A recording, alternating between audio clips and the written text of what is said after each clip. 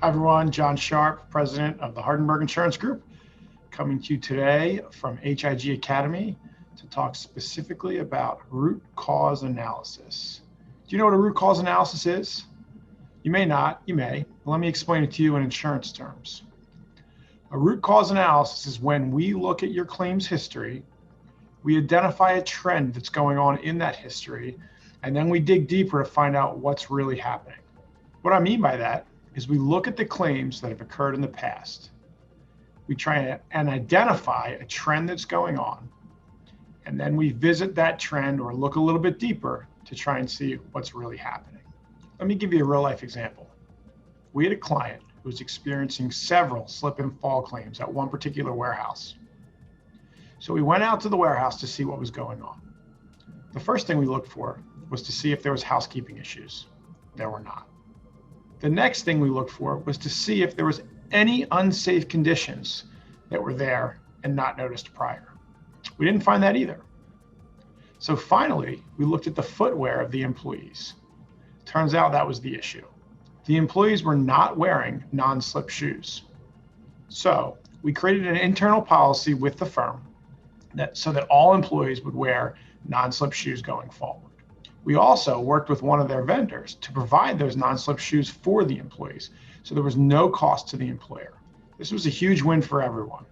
The employees now were working in a safer environment, the client saw their claims go down, and there was no cost to anyone thanks to the vendor pitching in.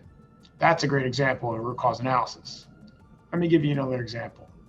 We had a client who had one very large claim with their forklift. When we were notified of the claim, of course, we went right out there to try and figure out what was going on so that we could prevent it from happening again, as this would affect their premiums for a long period of time.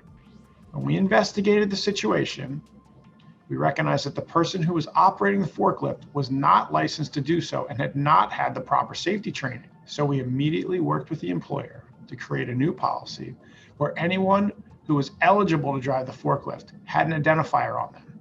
Therefore, if you weren't trained and weren't eligible, it was very obvious if you were on a forklift that you shouldn't be.